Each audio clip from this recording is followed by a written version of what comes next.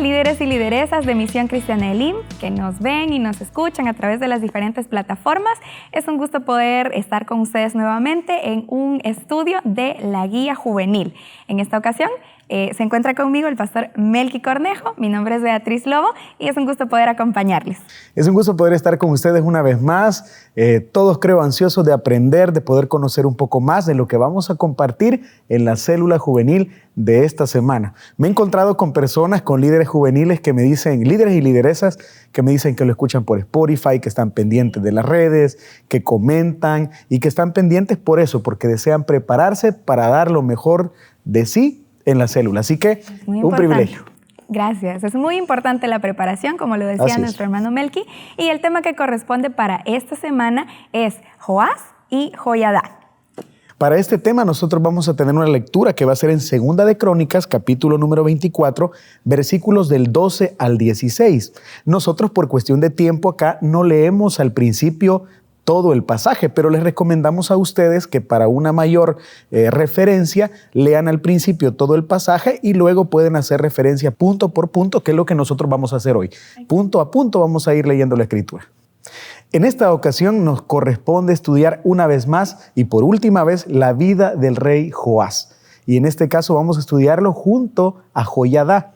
Vamos a ver lo importante que fue su compañía y en este capítulo vamos a observar el antes y después de la influencia de Joiada. Bien importante que nosotros veamos esto, pero siempre una recomendación para todos nuestros líderes y lideresas es que podamos abrir la conversación con nuestros jóvenes para que ellos participen y todos podamos tener un contexto mayor, podamos tener una ilustración mucho más amplia de lo que vamos a hablar, porque los jóvenes que están en nuestra célula nos ayudan muchísimo. Exacto. Sea cual sea la respuesta que nos den, eso apertura el ambiente para que se convierta en una conversación donde todos se sientan parte. Así que en la introducción de este tema vamos a tener 3 preguntas y no sé qué le parece si contestamos una de estas para que también entremos ahí en contexto. Las preguntas son las siguientes, les leo las 3. Número 1, ¿qué tipo de personas te rodean? Es una pregunta muy interesante para compartir con los jóvenes. Número 2, enumera las prioridades en tu vida y cómo las alcanzarás. Y la pregunta número 3, ¿cómo quisieras que te recordaran cuando mueras? Esas son las preguntas que tenemos que hacer. ¿Cuál escoge? Vámonos con la primera. La primera, la repetimos. ¿Qué tipo de personas te rodean? ¿Qué tipo de personas le rodean? Creo que el círculo más cercano siempre es la familia, ¿verdad? Donde nosotros vivimos y donde dormimos y ahí creo que es como lo más cercano. Pero creo que luego puede ser las personas con las que trabajamos, si ya estamos en la edad de trabajar, y nuestros amigos. Creo que son las personas como que se van acercando más a nosotros. Interesante, a mí me gustaría responder la última. Sí. La última es, ¿cómo quisieras que te recordaran cuando mueras? Esto es una pregunta muy interesante, profunda. Primero porque a veces se nos olvida que es parte del ciclo del ser humano la muerte y todos deberíamos pensar en que un día todos vamos a morir. Pero ¿cómo me gustaría a mí personalmente que me recordaran? Bueno, una pregunta bien complicada, ¿verdad? Sí. Pero yo creería que me gustaría que me recordaran como una persona, una buena persona, alguien que siempre estuvo ahí cuando se necesitó, que a pesar de sus defectos o limitaciones dio lo mejor de sí, por ejemplo. Es lo que se me ocurre en este momento. Recordemos que la idea es que los jóvenes respondan lo que en ese momento sienten, ¿verdad? Así como nosotros hoy. Así que esto nos ayuda a introducirnos ya al primer punto y pongamos mucha atención. Después tomémonos el tiempo de escuchar a nuestros miembros, a nuestros jóvenes, para luego ir al punto número 1 de nuestra enseñanza. Y comenzamos con el primer punto, que es llamado un trabajo en equipo, y lo encontramos en el versículo número 12. Ahí nosotros podemos observar cómo Joás y Joiada trabajaron, a pesar de que Joás era un joven, Joiada lo toma, digamos, bajo su tutoría desde muy pequeño, y ellos comienzan como esta relación de mentor y la persona que es mentoreada. Joiada tenía un papel importante porque era sacerdote además, entonces su figura dentro del reino es muy importante. Pero vamos a leer lo que dice la palabra de Dios. Como siempre recomendamos leer todo el capítulo de ser posible. Aunque nuestra lectura se limite a 5 versículos, hay un contexto alrededor que hay que conocer. Pero vamos a leer el versículo en esta ocasión. El versículo que vamos a leer es el número 12. La palabra del Señor dice de la siguiente manera: el rey y Joiada entregaban el dinero a los que supervisaban la restauración del templo del Señor, y estos contrataban canteros, carpinteros y expertos en el manejo del hierro y del bronce para repararlo. Uno de los puntos que debemos resaltar es la restauración del templo. Tanto Joás como Joiada trabajan e involucran un equipo para restaurar el templo, pero esto es muy importante, esto tiene un simbolismo importante a nivel religioso, político, incluso económico. La restauración del templo significaba también la restauración del culto al Señor. Entonces, esto no era algo fácil. Cualquiera que busca en internet en los planos del templo sabrán que no era un cuartito de 2 metros por 2, era algo grande. Por lo tanto, esa obra tan grande necesitaba y urgía de trabajo en equipo, ¿verdad? Nosotros vemos en el versículo que leímos que estaban ahí canteros, carpinteros, expertos en el manejo del hierro y del bronce, y esto nos habla de lo importante que es para cada proyecto nosotros aprender a trabajar en equipo. Joiada fue un apoyo muy importante para Joás. ¿Por qué? Porque le enseñó cuáles eran aquellos aspectos, cuáles eran aquellas prioridades en las que tenía que centrar su reinado. Y aquí vemos que la restauración del templo juega un papel muy, pero muy importante. Y como mencionaba también, el trabajo en equipo. No podemos ser solitarios en la obra del Señor. No podemos pretender que con nuestras habilidades, nuestras fuerzas podemos nosotros hacer todo. Es importante que exista la unidad. Y a mí se me venía también la idea a la mente en que creo que una señal o un signo de crecimiento espiritual en una comunidad puede ser la manera en cómo se trabaja en equipo. Así es, totalmente de acuerdo. Hay proyectos grandes o pequeños, pero hay que aprender a trabajar en equipo. No recuerdo en este momento dónde lo leí, pero existe ese síndrome del llanero solitario, aquel que quiere hacer las cosas solo porque no me gusta cómo trabaja tal persona, o si no lo hago yo no se hace bien. Pero eso es algo con lo que debemos luchar en todo momento, en todo lugar. En algún momento nos tocará trabajar en equipo y más nos vale que aprendamos a hacerlo. Así que aquí este espacio es muy importante para que cuando hablemos con nuestros jóvenes, nosotros podemos ocupar lo que nosotros denominamos ilustraciones de nuestra propia vida. Podemos contarles experiencias en las que nosotros trabajamos en equipo y cuáles fueron los resultados. Esto puede aperturar una vez más la opinión de los jóvenes y por supuesto hay que escucharlos.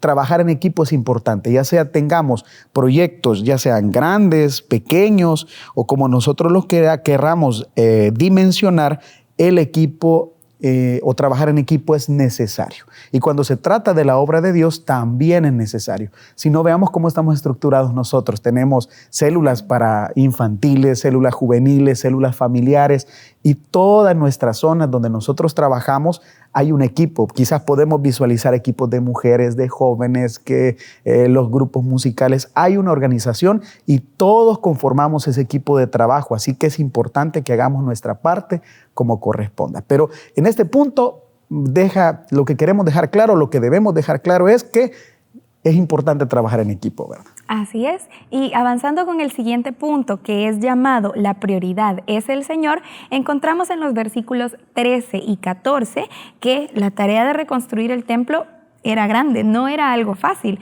pero que gracias a la contribución y el empeño de todas las personas quienes estaban participando, se logró terminar con diligencia. Pero lo importante acá es que lo que se hace con amor, lo que se hace para el Señor lo bendice.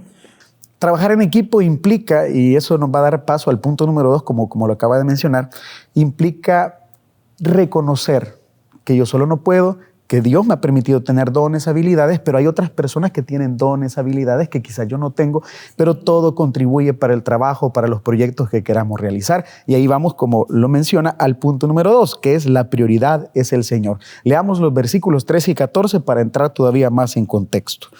La palabra del Señor nos dice: los supervisores de la restauración trabajaron diligentemente hasta terminar la obra. Repararon el templo de Dios y lo dejaron en buen estado y conforme al diseño original. Cuando terminaron, le llevaron al rey y a Joiada el dinero que sobró. Y estos lo utilizaron para hacer utensilios para el templo del Señor, utensilios para el culto y para los holocaustos, y cucharones y vasos de oro y de plata. Todos los días, mientras Joiada vivió, se ofrecieron holocaustos en el templo del Señor. Ese punto que acabamos de mencionar nos deja claro una cosa. Dentro de todo lo que nosotros emprendamos, la prioridad debe ser el Señor. Joiada, eso fue lo que inspiró a Joás. Esa fue la influencia que tuvo sobre el rey Joás. Mientras Joiada estuvo con vida, él inspiró a la reconstrucción del templo, pero esto traía consigo el regresar el culto y la importancia al Dios de los cielos. Entonces, eso es bien importante. Como lo mencionaba, hay un trabajo en equipo, se evidencia que todo sale bien porque dice que reconstruyen el templo tal cual diseño original, o sea que eran expertas las personas que estaban ahí construyendo el templo. Y luego de verlo, como los recursos estaban ahí, habían sobrado recursos, dice la Biblia, ellos sabían a qué dirigirlos, sabían en qué concentrarse, y en este caso fue en restaurar el culto al Señor, porque hay utensilios que son para los holocaustos, herramientas que se ocupaban dentro del templo con el objetivo de dar culto al Señor. Entonces, aquí vemos lo importante que es para nosotros, como seres humanos, debemos tener claro que la prioridad en la vida debe ser el Señor, y como lo dice en el estudio, y todo lo que hacemos debe girar en torno a sus planes. Exacto, y también me resulta interesante que todas fueron distintas funciones, que tal vez, como decía usted, en el cuerpo del Señor todos tenemos diferentes dones y nunca uno es más importante, mayor que el otro, sino que todos se complementan entre sí. Y además me llama la atención la parte donde dice que incluso sobró, pero también lo dirigieron en otras cosas también de utilidad para el templo. Y la importancia viene aquí de la integridad también en el trabajo que nosotros hacemos para el Señor, ¿verdad? Que todo, ya que lo hacemos para Él, se hace bien y se hace como si obviamente Él nos estuviera viendo. Incluso cuando, que ese es uno de los conceptos de integridad, ¿verdad? Que hacer las cosas correctamente cuando nadie nos está viendo, pero nosotros sabemos que el Señor siempre conoce toda nuestra vida. Conoce nuestros pensamientos, conoce las intenciones de nuestro corazón, porque, ojo, nosotros podemos hacer cosas que a la luz de todos pueden parecer buenas, pero Dios conoce las intenciones con las que nosotros actuamos.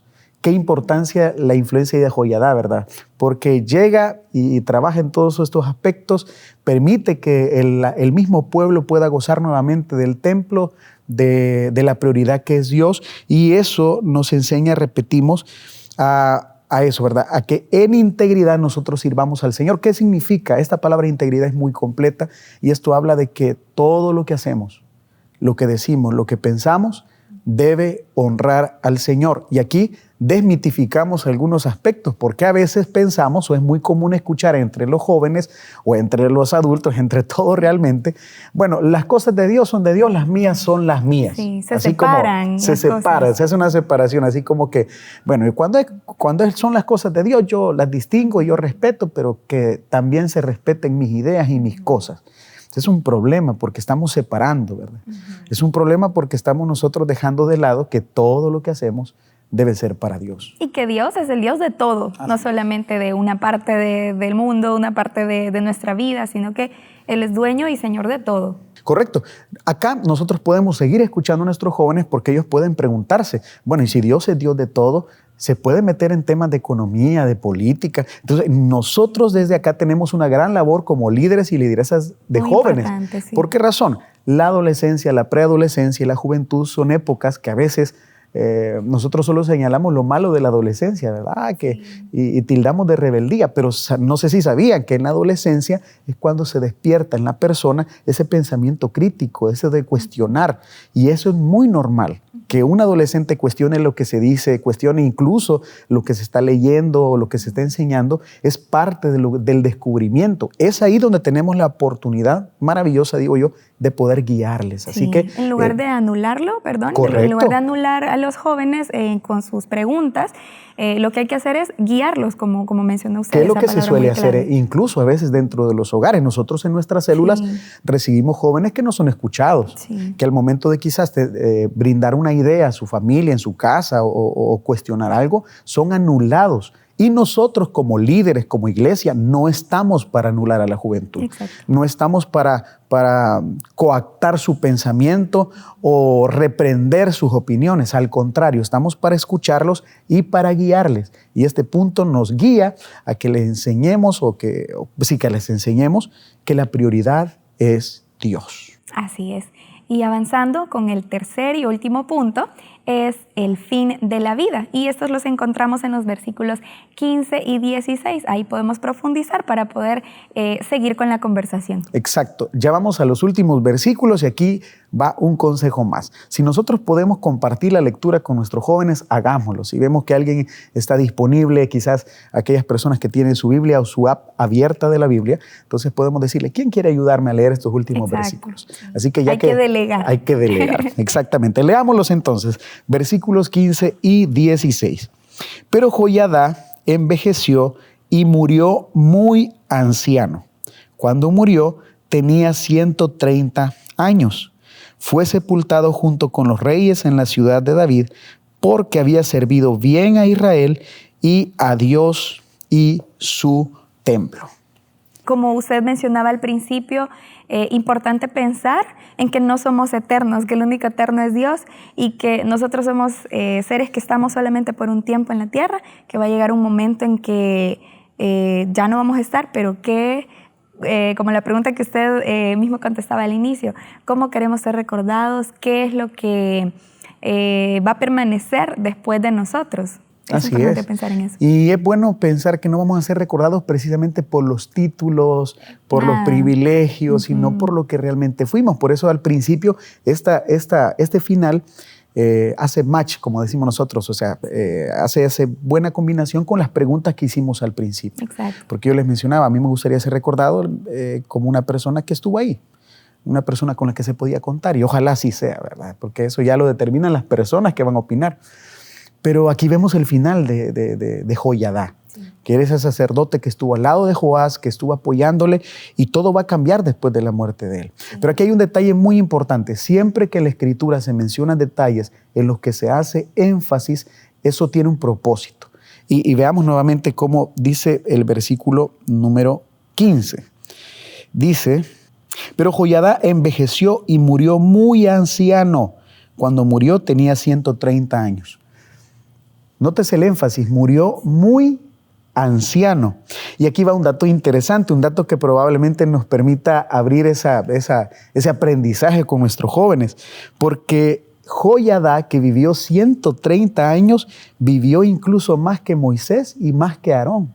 Moisés vivió 120 años y Aarón vivió 123 años. Entonces, esa longevidad, eso de vivir muchos años no es en la Biblia, no es un dato que quede al azar, sino que se menciona porque marca la vida de una persona que sirvió al Señor, que hizo lo bueno delante de Dios. Así que va un dato ahí curioso. Incluso Joiada vivió más que Moisés y vivió más que Aarón. Puede servir para alguna dinámica, alguna trivia, para dar algún premio o algo por el estilo. Correcto. Y dice, y sirvió bien a Israel y a Dios y su templo. Todo el tiempo que él estuvo al lado de Joás, él se enfocó en lo que de verdad importaba. Y cuando llegó el fin de su vida, dice que lo despidieron como un rey. O sea, los actos fúnebres de un rey, ya se imaginarán, ¿verdad? Entonces eran bastante representativos. Y aunque nunca ostentó dicho título, su servicio y su dedicación al Señor hicieron que ganara el respeto de las personas. Así que al terminar la vida de Joiada, él fue sepultado como un rey y marcó y dejó una huella. Es importante que vayamos quizás en contra un poquito del pensamiento tradicional de que es que yo no soy monedita de oro para caerle bien a todo el mundo. Esta frase es muy conocida, pero nosotros como cristianos tenemos la responsabilidad de modelar a Jesús y como líderes también, de modelar a los jóvenes a Jesús, porque a veces los jóvenes probablemente no han leído la Biblia, pero van a conocer a Jesús con lo que nosotros les presentamos, con nuestra vida. Entonces, es importante el legado que nosotros estamos construyendo. Exactamente, es importante que nosotros caminemos con el ejemplo. Nosotros somos líderes o lideresas, somos servidores en el área de niños, en cualquier área que nos desarrollemos, recordemos que siempre hay alguien que nos ve. Y muchos de nuestros jóvenes nos ven con admiración. Entonces, no solamente debemos comportarnos a la altura el día de la célula, sino que hay que buscar ser ejemplo todo el tiempo. Si nos encontramos a nuestros jóvenes en la calle, si ellos nos encuentran a nosotros, que puedan ver en nosotros ese ejemplo, que podamos dejar huella en el corazón de ellos, que al final eso es realmente lo más importante. Los jóvenes no van a preguntar, bueno, ¿y cuánta experiencia tenía de ser líder juvenil? ¿A quién es el líder juvenil más antiguo? ¿Quién tiene más rango? Eso no tiene importancia cuando se trata del ejemplo, porque lo más importante es la huella que dejamos. Y que sea algo natural y genuino, no algo forzado, no algo por obligación o por querer resaltar ante los demás, sino que es por algo natural que el fruto del Espíritu Santo se está manifestando en nosotros. Así es, totalmente de acuerdo. Y así como Joiada fue despedido con honores y porque sirvió al Señor y su influencia fue más que positiva para el rey Joás, ¿qué pasó después de la muerte de Joiada? Bueno, Joás tristemente se apartó de los caminos del Señor, se entregó a la idolatría y más adelante, a pesar de que no lo leímos en la lectura principal, en el versículo número 25 nos dice que él también falleció, murió, pero no fue sepultado como un rey. Sí, como que se invirtieron los papeles, ¿verdad? Sí. Que tal vez no era lo normal que un sacerdote fuese sepultado con los honores que recibió. Sí, así es. Y lo recibió como un rey. Y al contrario de lo que normalmente tuvo que haber pasado con Joás, sí, todo lo contrario. Joás no fue sepultado como un rey, pero ese fue el resultado. Exacto. Porque tristemente, al morir Joiada, él se apartó. Y con él, y apartarse de Dios tenía muchas consecuencias, él tuvo que sufrirlas. Eso nos deja una gran lección. Sí. Y a mí me recuerda también pasajes como el del rico y Lázaro. El rico ostentaba todo, tenía todo, sí. Pero a la puerta de él de la casa de él estaba Lázaro. O sea que el rico lo veía todo el tiempo, pero aún así no fue capaz de hacer algo por su prójimo. Cuando ambos murieron, y por eso ese relato en el Evangelio de Lucas es bien importante y muy bonito, dice que ambos murieron. El rico en este caso sí fue sepultado como todo un rico. Lázaro no, Lázaro probablemente lo enterraron en una fosa común. Pero al abrir los ojos en la eternidad, uno estaba en el seno de Abraham y el otro no estaba ahí, ¿verdad? Estaba sufriendo. Entonces eso nos habla de una realidad y es que probablemente acá, en este mundo, en nuestra vida, nosotros obtendemos alguna posición o veamos personas importantes socialmente hablando, políticamente hablando, reyes, políticos, autoridades, lo que sea, o incluso nosotros podemos llegar a obtener algún tipo de título, lo que sea. Pero es importante que sepamos que luego, cuando nos toque partir, lo que realmente marcará la diferencia es si conocimos o no conocimos al Señor.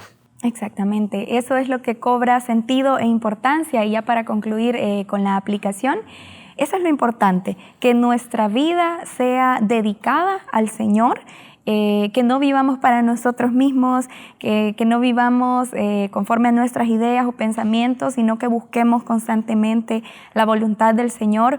Y también se me venía a la mente el hecho de que Joás tuvo a esta importante persona, alguien muy influyente, alguien que hizo lo bueno, pero que a veces para nosotros también tenemos a las personas que nos rodean, que son buenas, pero nuestra relación con Dios no depende de un tercero, ¿verdad? Depende de nosotros mismos, Así de es. nuestra obediencia, de nuestra permanencia en su palabra, en sus caminos. No hay manera de que seamos adoptados por alguien, ¿verdad? Sino que es una relación personal la que debemos tener con el Señor. Y lo que mencionaba hace unos minutos, busquemos vivir como Jesús lo hizo. Busquemos mostrar misericordia como Jesús lo hizo. Busquemos actuar como Jesús lo hizo. ¿En qué persona Jesús se enfocó?